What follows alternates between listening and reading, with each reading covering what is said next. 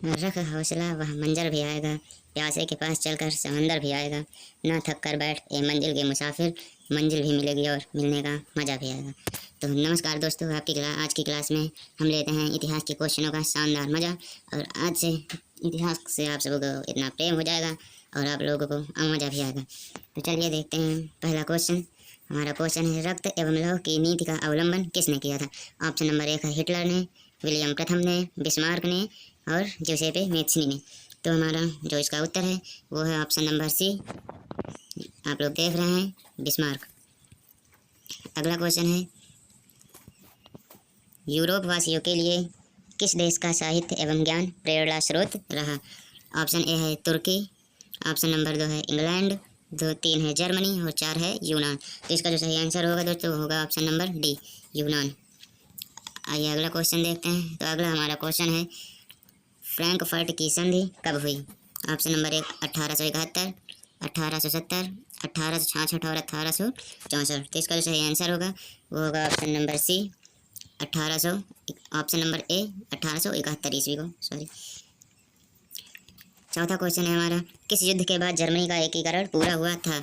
Option A है प्रसा Denmark युद्ध, B है सीडान का युद्ध, सी है सेडाओ का युद्ध और डी है क्रीमिया का युद्ध। तो इसका जो सही आंसर है दोस्तों वो है ऑप्शन नंबर बी, सीडान का युद्ध। सीडान के युद्ध के बाद इटली जर्मनी का एकीकरण हुआ था। क्वेश्चन 5, यंग यूरोप की स्थापना किसने की थी? काबूर ने, बिस्मार्क ने, मेजनी ने या गैरी बॉल्डी ने? तो इसका सही उत्तर है दोस्तों ऑप्शन नंबर सी, मेजनी ने। आप लोग देख रहे हैं।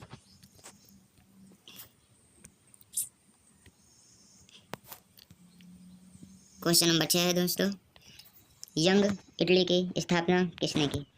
गैरीबाल्डी ने, मेजनी ने, बिस्मार्क ने या काबूर ने? तो यंग इटली की स्थापना दोस्तों मेजनी ने की थी। किसने की थी? मेजनी ने। अगला क्वेश्चन है, सीडान का युद्ध कब हुआ था? सीडान का युद्ध कब हुआ था? 1867 ईस्वी में, 1868 ईस्वी में, 1870 ईस्वी में, 1871 ईस्वी में? तो इसका जो सही आंसर होगा दोस्तों वो 1870 ईस्वी होगा। इसी के बाद जर्मनी का एकीकरण हुआ था, जो कि अभी हम लोग क्वेश्चन देख चुके हैं ऊपर। अगला हमारा क्वेश्चन है, सन 1870 में फ्रांस और प्रसा के बीच का जो युद्ध हुआ था वो किस स्थान पर हुआ था? ऑप्शन ए सेडोन में, सेडोवा में, साइडान में, फ्रैंकफर्ट में? तो इसका जो सही आंसर होगा ऑप्शन नंबर ए, सेडोन में। ऑप्शन ए, सेडोन में। क्वेश्चन नंबर 9 है दोस्तों। अगला क्वेश्चन हमारा, वियना सम्मेलन किस वर्ष हुआ था? ये थोड़ा सा गलत हो गया दोस्तों, हम लोग समझ सकते हैं। ऑप्शन नंबर ए 1815 ईस्वी, 1820 ईस्वी, 1825 और 1830 ईस्वी। तो वियना सम्मेलन जो हुआ था दोस्तों वो हुआ था 1815 ईस्वी को, ऑप्शन नंबर ए। अगला क्वेश्चन है, वियना किस देश की राजधानी है? फ्रांस की, इंग्लैंड की, ऑस्ट्रिया की और रूस की? तो जो वियना राजधानी है वो है दोस्तों ऑस्ट्रिया देश की। ऑप्शन नंबर सी हमारा सही होगा। आगे देखते हैं अगला क्वेश्चन, क्वेश्चन नंबर 11। क्वेश्चन है, क्रीमिया का युद्ध किस वर्ष हुआ था? 1854 में, 1853 में, 1856 में, 1860 में? तो जो इसका सही उत्तर है दोस्तों वो है 1853 ईस्वी में, ऑप्शन नंबर बी। अगला क्वेश्चन देखते हैं, राष्ट्रवाद की अवधारणा का जन्म किस घटना से माना जाता है? पुनर्जागरण, धर्म सुधार आंदोलन, गौरवपूर्ण क्रांति, फ्रांस की क्रांति? तो राष्ट्रवाद की अवधारणा का जन्म जो माना जाता है दोस्तों को फ्रांस में हुई क्रांति की घटना से माना जाता है। क्वेश्चन नंबर 13 दोस्तों, इन क्वेश्चनों को आप अंत तक देखिएगा, जो कि बहुत इंपॉर्टेंट क्वेश्चन है, परीक्षा में लगातार आते रहते हैं। तो अगला क्वेश्चन है, नेपोलियन संहिता किस वर्ष लागू की गई? 1889 में, 1789 में, 1791 में, 1801 में, 1804 में? तो इसका जो सही आंसर होगा दोस्तों वो नेपोलियन संहिता जो है 1804 ईस्वी में लागू की गई थी। क्वेश्चन नंबर 14 है दोस्तों,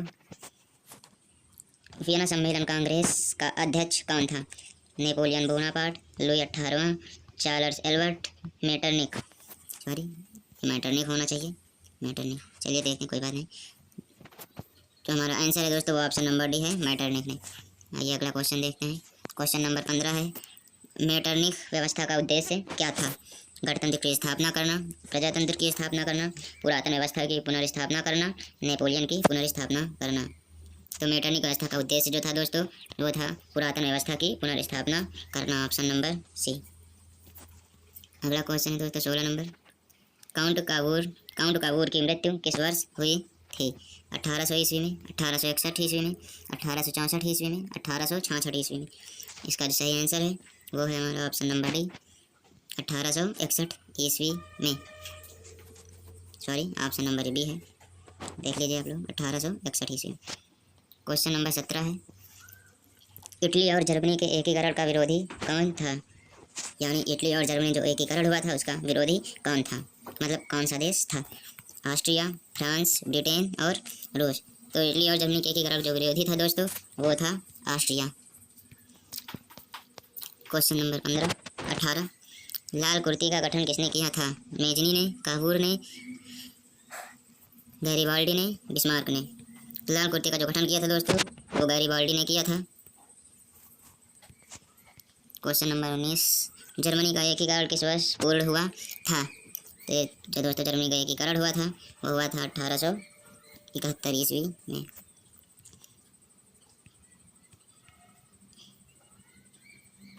अगला क्वेश्चन है क्वेश्चन नंबर 20। जॉल्वे राइन संघ की स्थापना किस वर्ष हुई थी? 1830 ईस्वी में, 1832 में, 1834 में, 1836 में। तो इसका सही आंसर है दोस्तों 1834 ईस्वी, ऑप्शन नंबर सी। अगला क्वेश्चन नंबर 21। गास्टियन की संधि किस वर्ष हुई? 1864 में, 1865 में, 1866 और 1870 ईस्वी।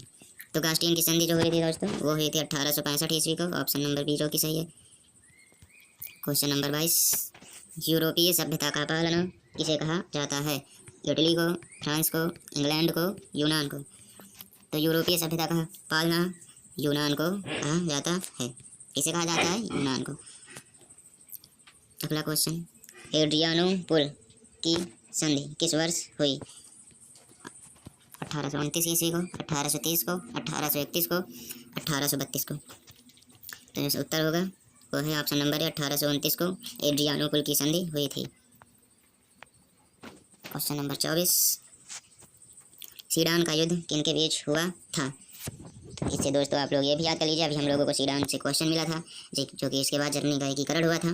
तो इसका ऑप्शन नंबर है ऑस्ट्रिया और प्रसा के बीच, प्रसा तथा डेनमार्क, इटली, रोम के बीच। और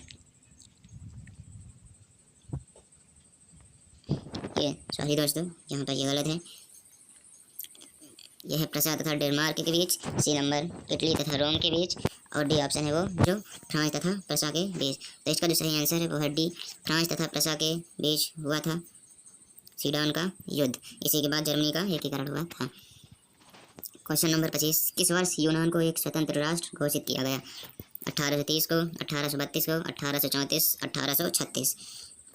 तो इसका सही आंसर जो होगा वो होगा 1832 ईस्वी को यूनान को एक स्वतंत्र राष्ट्र घोषित किया गया। Question number 26। किस संधि द्वारा जर्मनी का एकीकरण पूरा हुआ था? डेनमार्क की संधि, गास्टियन की संधि, प्राग की संधि, फ्रैंकफर्ट की संधि। तो इसका सही उत्तर होगा फ्रैंकफर्ट की संधि। इसी संधि के साथ दोस्तों जर्मनी का एकीकरण हुआ था। Question number 27। हंगरी की राजधानी है तुर्की, बुडापेस्ट, प्रसा, सीडान। इसका उत्तर जो होगा वो होगा ऑप्शन नंबर सी, प्रसा। Question number 28। गीजो कहाँ का प्रधानमंत्री था? प्रसा का, तुर्की का, फ्रांस का, सीडान का। इसका जो सही आंसर होगा दोस्तों वो होगा फ्रांस का। गीजो फ्रांस का प्रधानमंत्री था। Question number 29। सेडोवा का युद्ध किन के बीच हुआ था? सॉरी, सेडोवा का युद्ध किन के बीच हुआ था? ऑस्ट्रिया और सीडान के बीच, ऑस्ट्रिया और प्रसा के बीच, सीडान और प्रसा के बीच, तुर्की और मिस्र के बीच। तो सेडोवा का जो युद्ध हुआ था वो हुआ था ऑस्ट्रिया और प्रसा के बीच।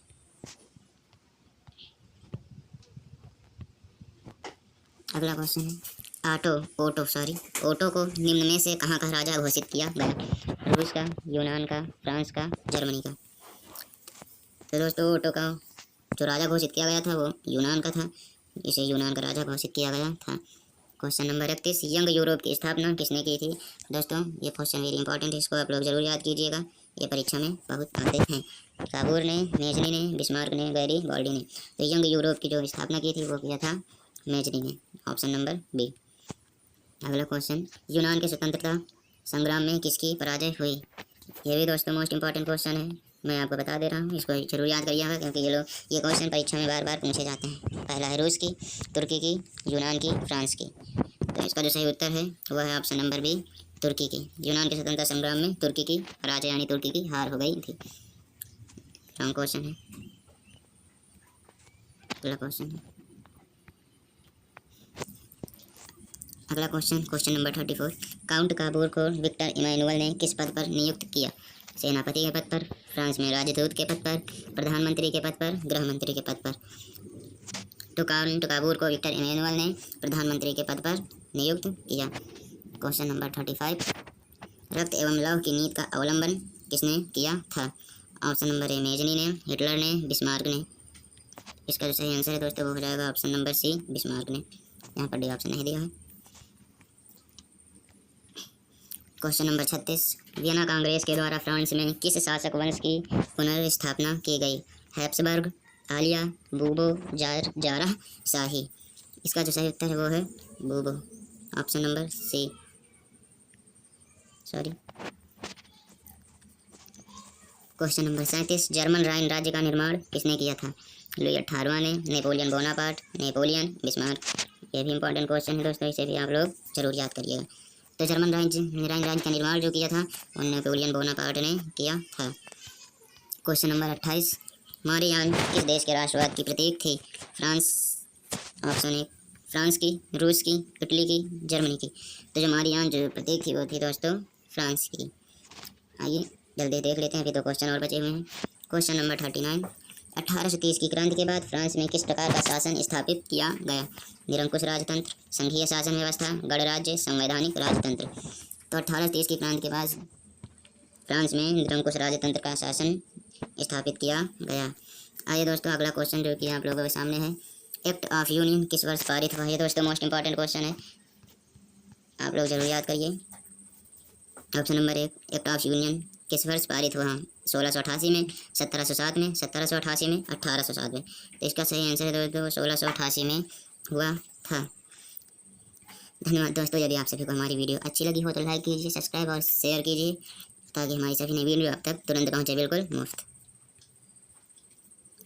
इसी तरह के और वीडियो देखने के लिए दोस्तों चैनल को सब्सक्राइब करें।